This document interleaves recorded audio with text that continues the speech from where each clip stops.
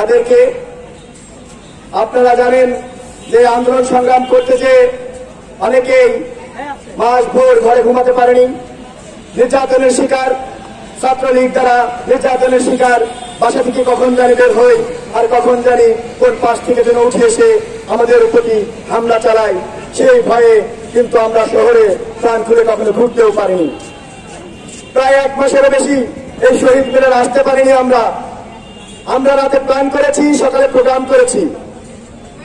তো সেই জায়গা থেকে আজকে এই ঝিনাইদহ শহরে আমাদের অন্তত এটুকু চাওয়া থাকবে, কোন সহিংসতা যেন না হয়, কোন লুটপাট যেন না হয়, কোন চাঁদাবাজি যেন না হয়। এটা ছাত্র সমাজ আগেও চেয়েছিল, এখনো চাবে। যেখানে অন্যায়, অবিচার, ক্ষমতার অপব্যবহার করা হবে সেখানে ছাত্র সমাজ সোচ্চার থাকবে। থেকে এগিয়ে যেতে চাই, হুঁশিয়ার করে দিতে চাই যে সমস্ত মহল, যে সমস্ত ব্যক্তিবর্গ কাজ করছেন, চাঁদাবাজি করছেন, টেন্ডারবাজি করার চেষ্টা করছেন, তারা এখান থেকে হুঁশিয়ার হয়েছেন। আজকের পর থেকে যেন চাঁদাবাজি না হয়, না হয়। আমরা দেখতে পেয়েছি ছাত্র সমাজ, আমাদের কিছু ছাত্র ভাইরা দেখেছেন কিভাবে ছিনতাইকারীদেরকে আটক করেছে এবং জনসম্মুখে তাদেরকে হাজির করেছে।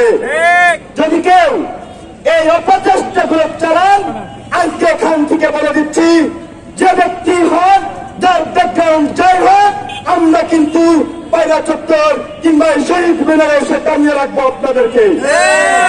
পারবেন না। সংগ্রামী বন্ধুগণ, আমরা বলছি আমাদের দেশে ধর্ম, বর্ণ, দল নির্বিশেষে প্রত্যেকটা মানুষের সহযোগিতার জন্যই কিন্তু আজকে আমরা এই স্বাধীন দেশ পেয়েছি।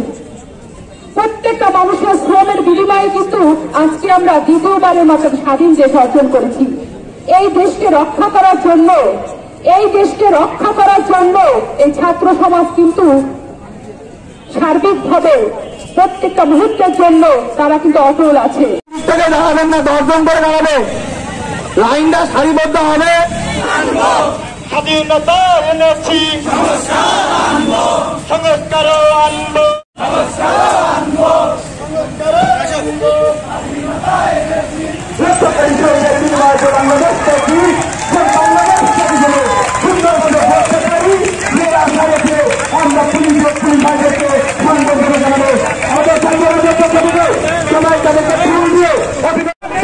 তাদের দায়িত্বের জায়গা থেকে সঠিকভাবে তাদের দায়িত্ব পালন করতে পারে।